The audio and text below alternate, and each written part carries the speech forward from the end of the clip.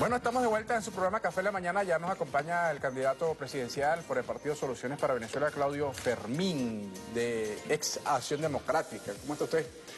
Buenos días para ustedes. Un ex bastante atrás. Bastante ex. Bueno, todos tenemos una vida con diferentes etapas. Es decir, yo no nací de este tamaño, yo antes era otras cosas.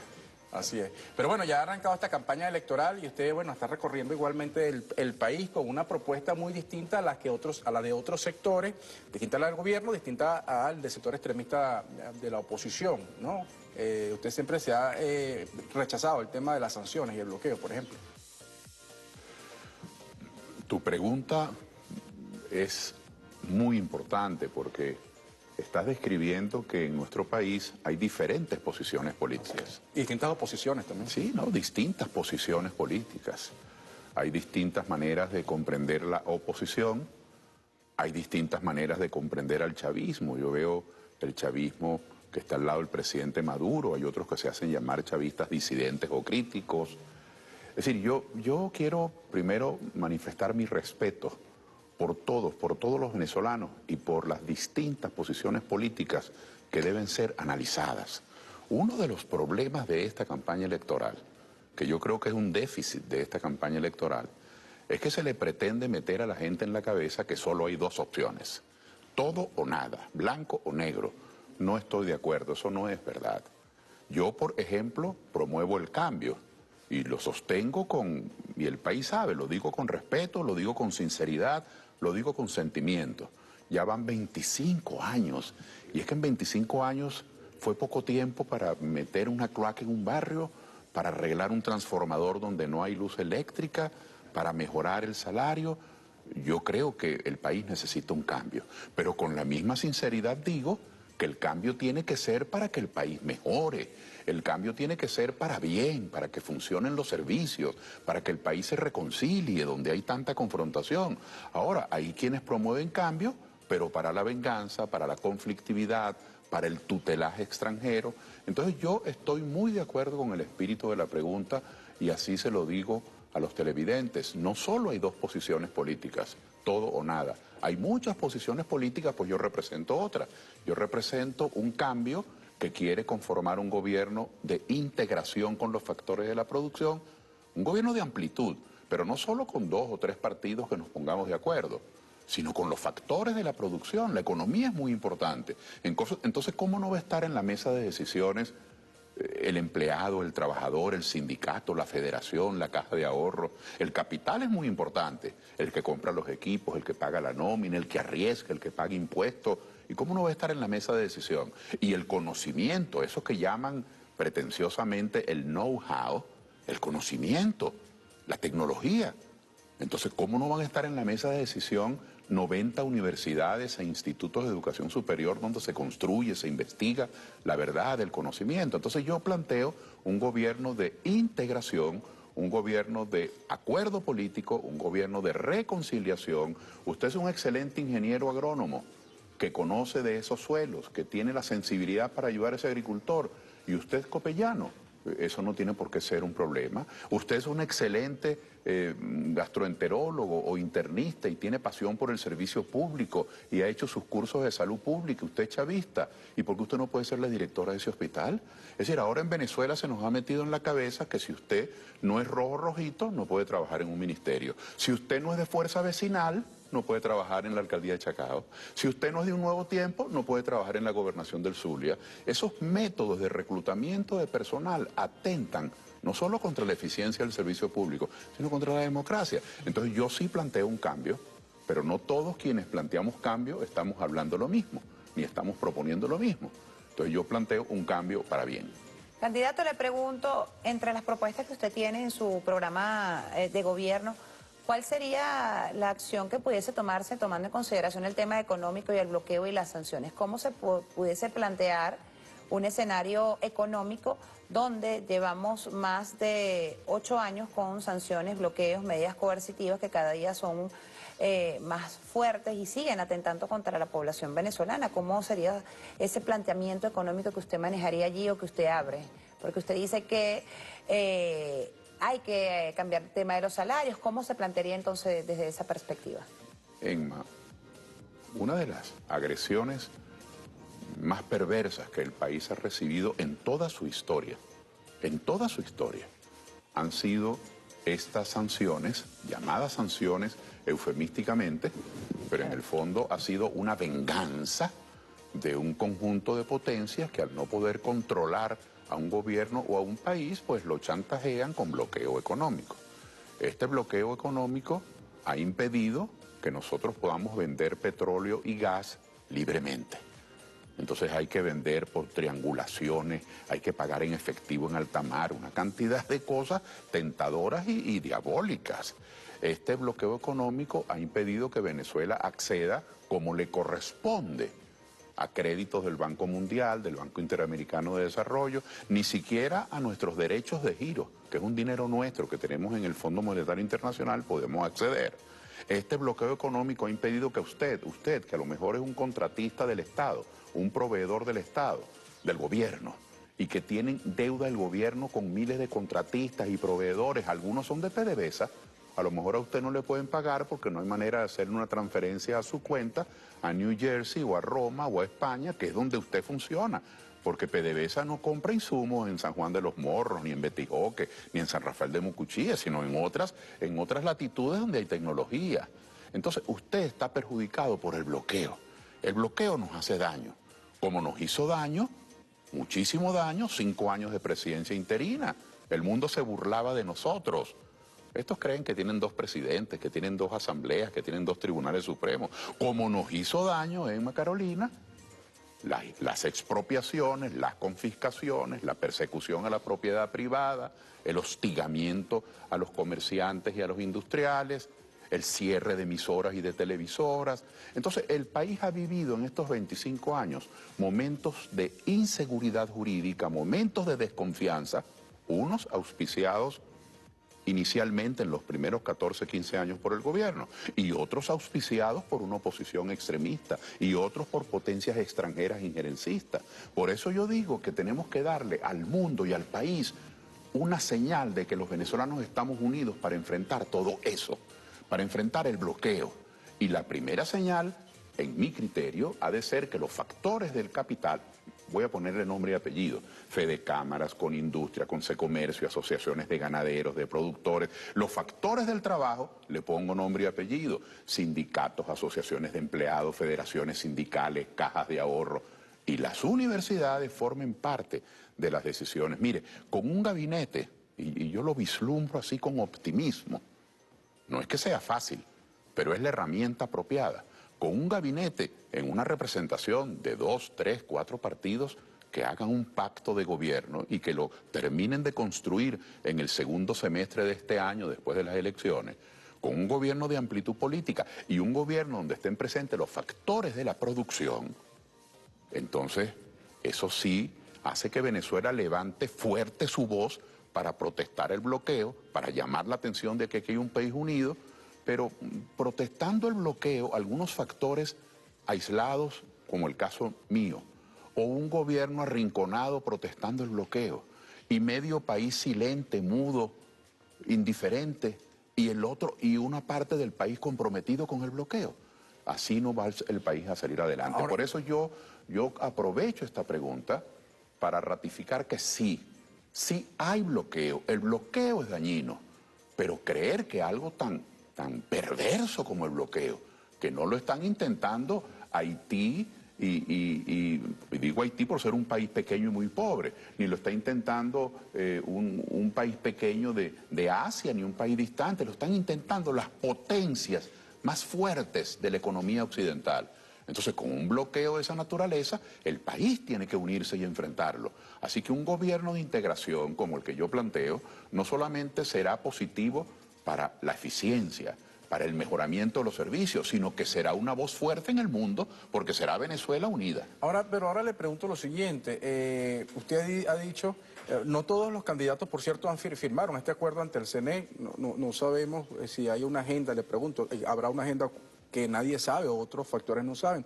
Pero lo otro es que hay un sector que dice que está participando, que apostaba por otras salidas. Ahí ese sector dice que las sanciones no afectan al pueblo, dice que no lo afectan, pero este mismo sector que llamó a la abstención, que llamó ese sector que decía que todas las opciones están sobre la mesa, este sector que se paseó hizo lobby por los Estados Unidos, entonces, y ese sector dice que ustedes no son oposición, sino ustedes le hacen supuestamente el juego al gobierno.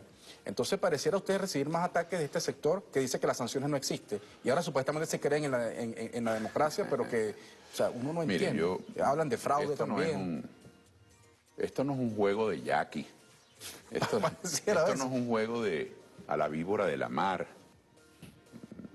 Esto no es una cosa inocente. La política comienza con grandes sueños, con grandes ilusiones, con proyectos hermosos por tu país, por una causa, por una doctrina, tiene convicciones muy fuertes, tiene una dedicación apostólica, porque esto no es que es un hobby o que es una parada que uno tira de vez en cuando. Un día es quienes voto, creemos en otro esto, día es nuestra vida.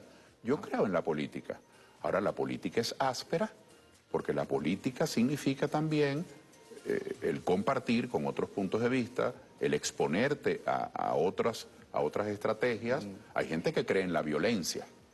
¿Usted cree que hay gente que está allí que va a apostar por violencia? Bueno, pero es que hay gente que cree en la violencia, hay gente que la ha practicado y se arrepiente, hay gente que fue golpista y ya no lo es, hay gente que ahora es golpista, hay gente que cree en la injerencia extranjera, bien de unos o de otros. Yo no creo en nada de eso. Hay gente que cree que su pensamiento es el único. Mire, yo recuerdo mucho cuando el presidente Chávez planteó, Michel, el partido único socialista de Venezuela. Los camaradas del Partido Comunista le dijeron, no, presidente, nosotros estamos con usted, pero partido único no, porque el Partido Comunista tiene una tradición, imagínense, desde que empezó prácticamente el siglo XX. Los combatientes del movimiento electoral del pueblo le dijeron, no, presidente, nosotros estamos con usted, pero partido único no. Y desde la oposición, donde yo estoy, se hicieron críticas muy severas al planteamiento del presidente Chávez en relación al partido único, porque era como el preludio, era el anuncio, bueno, de que se iban a impedir la asociación de partidos. Hubo críticas muy fuertes. Lo curioso de esto, después no se impuso eso. Y el presidente Chávez se retrajo y se creó el Partido Socialista Unido, pero no único.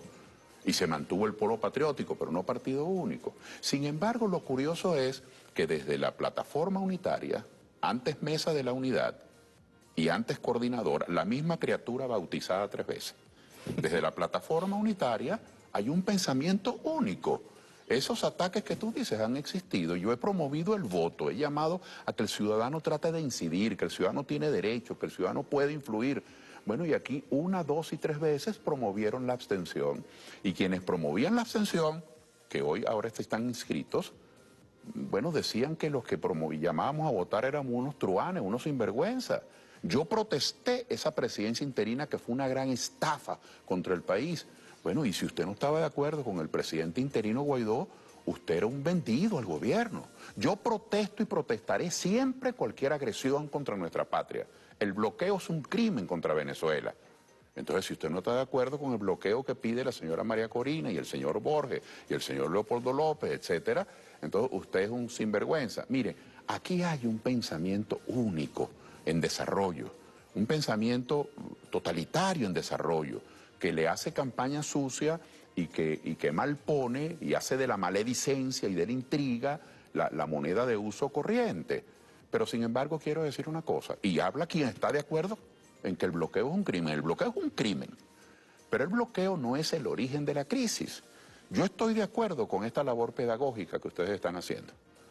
Que nosotros le digamos al país que el bloqueo es dañino y que quienes promueven el bloqueo están contra la patria.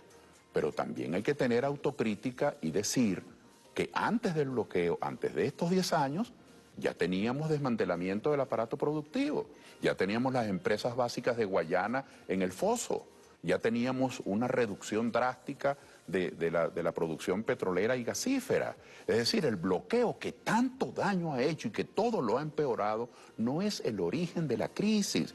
Entonces los venezolanos, yo llamo a toda la gente competente, a toda la gente consciente, a los patriotas, chavistas, adecos, copellanos, masistas, del PPT, de Soluciones, a los que no son de ningún partido, a que hagamos una evaluación de las cosas buenas que hemos hecho, de los errores graves que hemos cometido y que confiemos conformemos un gobierno de integración para que saquemos al país adelante. Miren, lo que tenemos no es una calle rota, ni un escape de agua en una tubería, ni una pequeña inundación por allá en el caserío tal, pequeñita, que la podemos remediar. Lo que tenemos es una crisis dramática. Lo que tenemos es el envilecimiento del salario, cortes de luz, apagones todos los días en todas partes, desabastecimiento de agua, bloqueo económico que nos niega nuestro libre derecho al comercio, el derecho al libre comercio, y por tanto concluyo esto diciendo que es este diagnóstico, y yo lo hago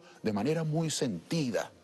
Este diagnóstico es el que me lleva a decir, hagamos un gobierno de integración. Esos que plantean prédicas segregacionistas, no volverán.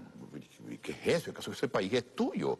O esos que dicen, los meteré presos a todos. Entonces, la solución para los presos políticos que hoy existen es que tengamos más presos. Entonces, el pensamiento extremo, el pensamiento del fanatismo, claro, es un discurso más colorido, es una narrativa vehemente, genera mucha mística, captura muchos seguidores, pero es dañino para el país. El país necesita entendimiento, el país necesita serenidad, el país necesita patriotismo, y que ese patriotismo sea al servicio de los sectores vulnerables, del más débil, del más pobre, de la mujer abandonada, de la mujer agredida, de los niños de la calle, del trabajador que no tiene préstamos bancarios, que no tiene facilidad de financiamiento, del agricultor. Yo estoy seguro. Tenemos que hacer una pausa, candidato. Disculpe que Pero va a seguir usted, no se preocupe. No, disculpe eso, pero es que yo estoy además muy convencido que este mensaje es poco escuchado en un momento donde lo que se escucha son las voces más agresivas. Bueno, pero aquí estamos ahorita en señal en vivo y en BTV. Y se está escuchando, candidato. No, ahora se sí. está escuchando. Por eso es que estoy aprovechando. Escúcheme, mis 5 no, minutos. y se va a hacer, no, un poquito más de 5 minutos. Lleva más de 10, pero va a seguir. Muy amable, Vamos a establecer muy amable. una pausa, candidato, y a la vuelta quisiera que nos hablara, ya usted hacía mención a eso, pero andar sobre ese tema. ¿Qué dice usted en relación a estas personas que apoyan y promueven el tema de la injerencia de los asuntos internos de nuestro país por potencias extranjeras? También la denuncia reciente que se dio a conocer el tema de la situación de estos paramilitares que han sido contactados para generar desestabilización en nuestro país, y también el tema del anuncio dado por el jefe de Estado venezolano, ayer lo reiteraba, que decía, el 29, una vez que pasen las elecciones, voy a hacer nuevamente un llamado al diálogo de todos los sectores que hacen vida en nuestro país. Quisiera que andáramos en esos tres temas. Seguro. Eso a la vuelta, 11:43 minutos de la mañana, hacemos una pausa, comentamos con el candidato Claudio Fermín, nos dejamos con publicidad y ya venimos.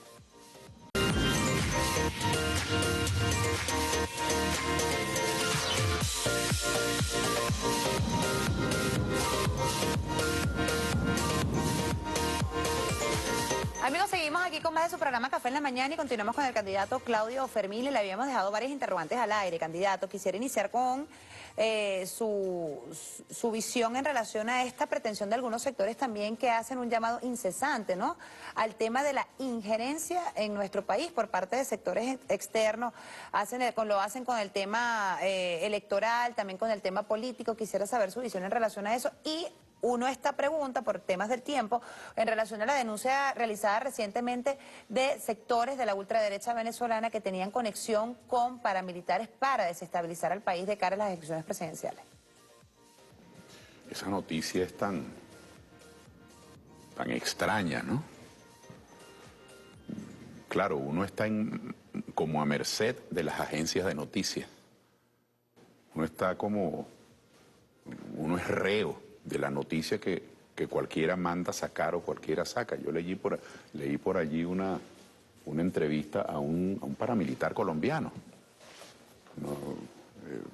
Bueno, ahorita tengo una confusión con el apellido, Mancuso. Salvatore Mancuso. Salvatore Mancuso. Mancuso.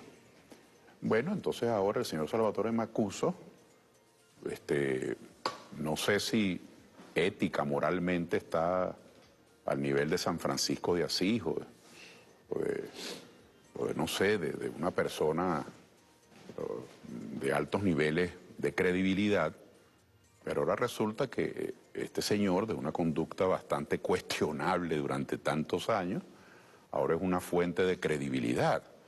Yo no dudo, no solamente no dudo, sino que hay constancia, hay evidencias de gente que ha estado en golpes, de gente que ha estado en en acciones violentas, de gente que ha conspirado, de gente que ha intentado asesinar al presidente Maduro. Todas esas cosas están registradas y están documentadas. Pero ahora el señor Mancuso dice cualquier cosa. A mí me llamó la atención, por ejemplo, que incluía ahí en esa lista de los que él acusaba al exalcalde de Latillo, Alfredo Catalán. Cuando yo recuerdo, casi que lo recuerdo fotográficamente, que ese mismo alcalde, cuando estaba en su gestión, más bien tuvo una labor de colaboración contra aquellos que llamaban los paracachitos, aquellos que eran unos golpistas, y más bien estaba en otra tónica. Pero bueno, si usted amanece con el pie izquierdo y lo meten en una lista, entonces usted es un propenso, usted es proclive a ser investigado. Así que yo creo que desde mi perspectiva estoy muy claro. Yo condeno absolutamente toda conspiración, toda acción violenta, todo intento de desestabilización, desde golpes de Estado hasta paralelismo institucional, como esa infame y como esa gran estafa histórica que fue la presidencia provisoria, que todavía tiene una Asamblea Nacional disque legítima.